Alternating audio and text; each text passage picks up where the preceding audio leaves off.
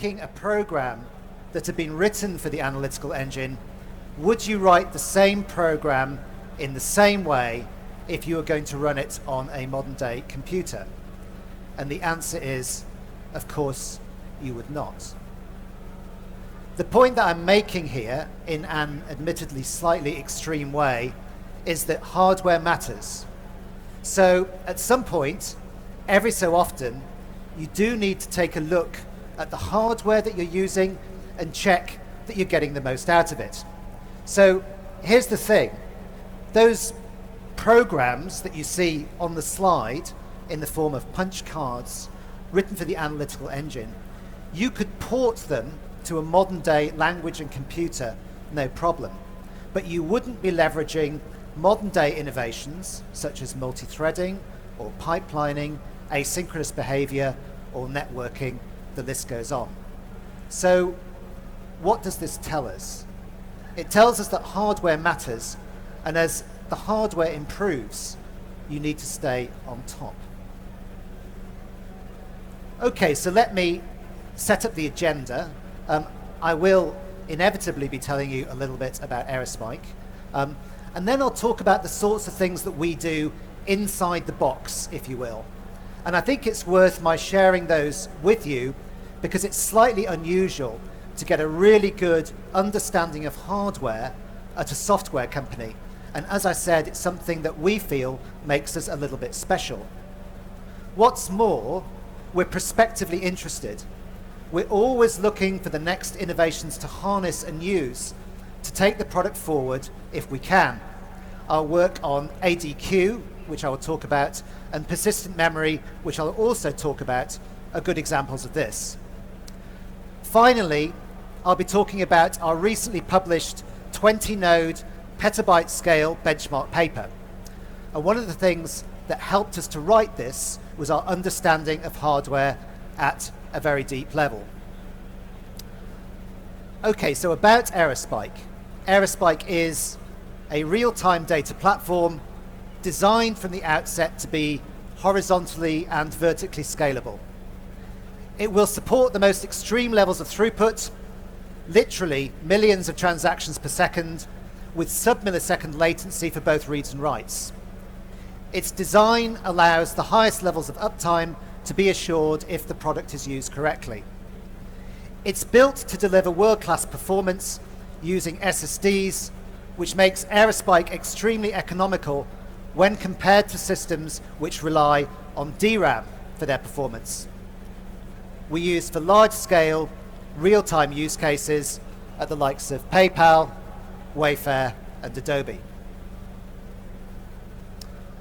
Okay, so in the next section, we're going to be looking at examples of the ways in which Aerospike leverages hardware innovation. So, as mentioned, part of our value proposition is that we extract DRAM level performance from solid-state disks, making us more economical than a product which requires DRAM to achieve the same results. And to do that, here on the slide are some of the things that we do. We access our devices directly as block devices rather than going through the file system because it's faster. We make use of parallelization, which you can do on SSDs but not on rotational devices. Software taking advantage of this is faster than software which has not taken parallelism into account. We buffer writes at a small scale, making writes more efficient. We wear the device uniformly. If you don't do that, you will wear the devices out very quickly. We defrag continuously and, most importantly, predictably, so that defrag does not affect performance. And if you combine these techniques, you can get uniform sub-millisecond performance regardless of scale at a modest price point. But not all platform software does. You can run your database, for example, on flash devices, and it will run faster than if you ran it on rotational hardware, but it will run much more quickly still and much more predictably if you follow the playbook that I've outlined, and conversely, it will run more slowly if you do not. Okay, so I'd like now to talk about some work that we've done in the area of networking. Application Device Queuing, or ADQ, is a new networking technology developed by Intel. It's available on their 800 series cards. And what it helps you to do is reduce interrupts and context switching, both of which are expensive in system terms. So firstly, what ADQ allows you to do is establish specific network queues for specific application traffic. You then dedicate specific cores in your CPU to those specific network queues, which means you avoid the workload being randomly switched between cores, which creates the expensive context switching which I've talked about. We also make use of a polling mode rather than an interrupt mode. The cores poll the queues for new network packets rather than being interrupted, which again is a major efficiency saving. It's made more efficient still because everything in the queue is destined for the polling application because of ADQ. Otherwise it would be heterogeneous content and you would get context switching. The final element that we make use of is that with ADQ, network cards can be allocated against individual CPU sockets, which in turn allows you to make use of what are called NUMA techniques. That stands for non-uniform memory access, where you make use of specific memory for specific CPU sockets rather than all sockets accessing all memory. And that lets you avoid one CPU accessing another CPU's memory, which, as you might expect, is less efficient than localizing the access. So the bottom line is that NUMA is better in a multi-socket machine. If you didn't necessarily understand or particularly found what was previously said particularly relevant, NUMA is an important technique to use in multi-socket machines if your software can support it, which as it happens ours can. So it's good to look at some results. How does this play out? What I'm showing on this screen is some results taken from a paper which you can find on our website. So the graph on the right-hand side shows the effects of ADQ use on a single two-socket node, and it shows the throughput for two different hardware configurations. On the left-hand side, represented by the blue bar, we're employing NUMA techniques in order to compare like with like, but we're not making use of ADQ. And on the right-hand side, the red bar, we are making use of ADQ, and you can see that we're able to almost double the amount of throughput on the machine, which is a massive difference, right? The final sort of recent innovation that we've adopted that I'd like to discuss is our support for persistent memory. If you're not familiar with this, persistent memory, as the name suggests, is effectively DRAM that will survive a power cycle. It comes packaged in DIMM form, so dual inline memory module, if you like your abbreviations unpacked, which is the same as DRAM, and it plugs into your memory bus just like DRAM does. You do need to be using Intel Cascade Lake or above processors to take advantage of it. As well as providing persistence, it also supports greater data density.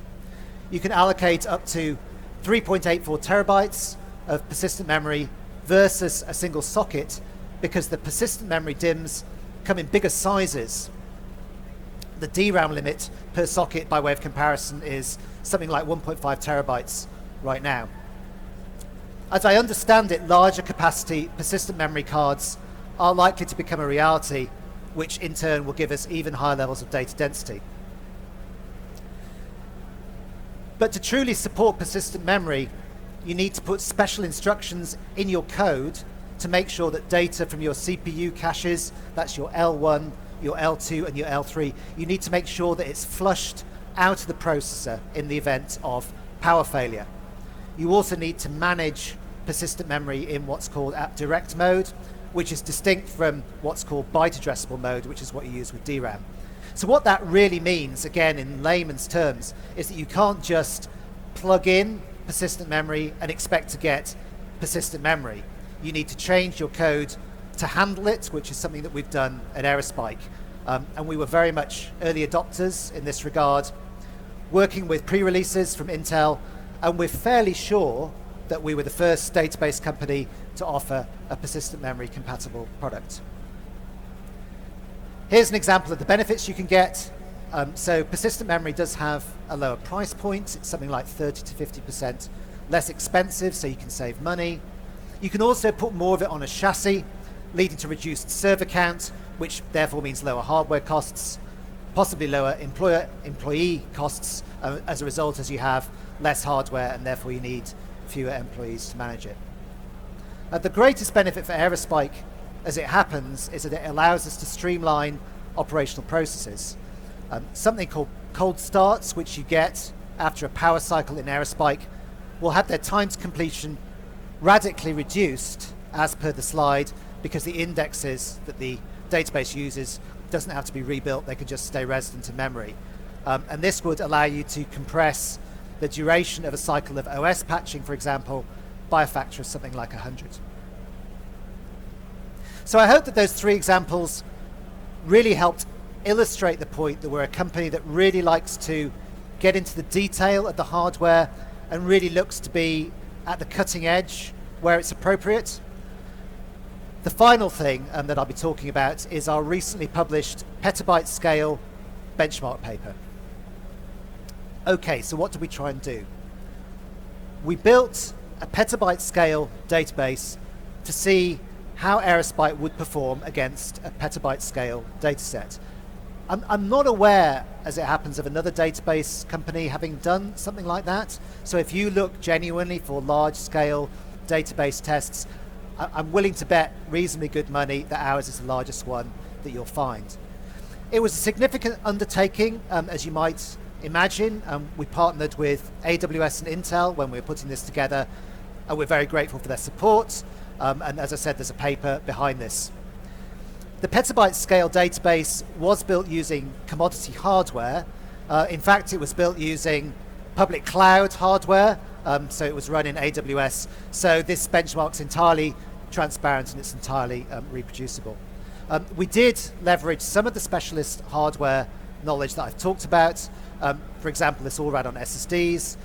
Some tricks, if you will, that we pulled were that we compressed the data using our native compression, and we also used something called our all-flash mode, where we put the primary key index on disk, which is appropriate for very large data sets, but we still get really impressive results, as you will see.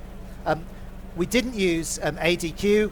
That's a relatively advanced technique. There's not actually support for that right now in the cloud. And to a certain extent, we wanted to keep the results as vanilla as possible, just helping people to see that you can achieve effectively sort of great things without having to sort of go on a limb with the complexity of what you're doing. So the data consisted of 500 billion 2K records.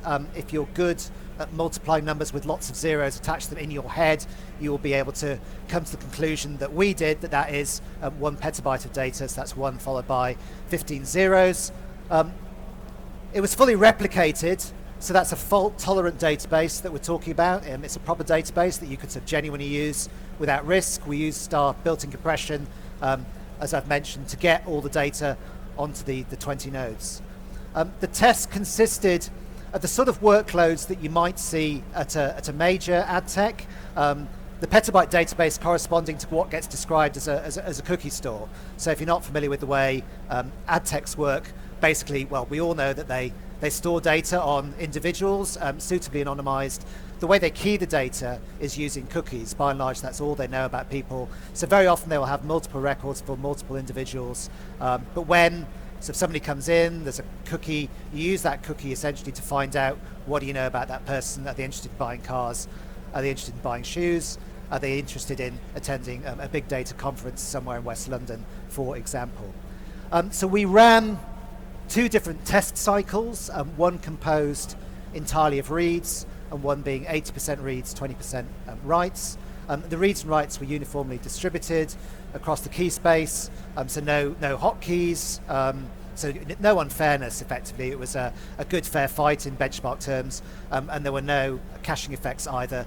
The workloads were run over a 4-hour period, so over a reasonably sustained period. Beware of benchmarks that are only run over 5-minute periods. Take that with you, if nothing else. So this is what the hardware looked like. If you're interested in this sort of thing, we selected the i3 EN series for the database cluster. That's a storage optimized instance series. The driver for the server node count was storage, so you need 20 i3 EN.24x large to store that 1 petabyte of data in compressed form with full replication. And on the client front, we went for compute optimized nodes. And in terms of scaling, what we were looking to do was find the maximum throughput that could be achieved for a sustained period with all latencies remaining sub-millisecond. And these are the results, and just to reiterate, these are results generated over a 4-hour period. For the 100% read workload, we achieved 5 million reads per second, with all of them having sub-millisecond latency. Remember, that's across a petabyte of data containing 500 billion records. And for the 80-20 workload over a 4-hour period, we were able to sustain 3 million reads and 750,000 writes per second, again, with all reads being sub-millisecond and 99% of writes completing in the same time period. And you'll notice that there's a second line in this table for each workload, and this corresponds to managing a campaign database, which is the sort of thing you would do if you're an ad tech, basically keeping track of all the ads shown, the click-throughs, the views, the level of engagement, etc. And all this was done to make the overall benchmark as realistic as possible. And hopefully you'll agree that these are pretty impressive numbers. I'd slightly argue that these are all the numbers you will need. It's hard to imagine anything being more demanding than this. So that brings me to the end of the talk. So to reiterate, in the game that we're in, to be the best in our view, you need to leverage what's coming down the pipe in hardware terms, otherwise you're missing opportunities. You can see the kind of results that we're able to achieve at Aerospike, and this is in significant part due to our making sure that we get the most out of the hardware that we're using. You don't have to have a petabyte of data, but what this does let you see is that an awful lot can be achieved using Aerospike with comparatively little hardware. So brings me to the end. We do have time for questions if you have any. I don't think we have mics, but if you shout loudly over the hullabaloo or even come to the front, it probably will be possible for me to hear you. So as I say, thanks for attending. I'm pleased to answer questions in the 5 minutes that we have available.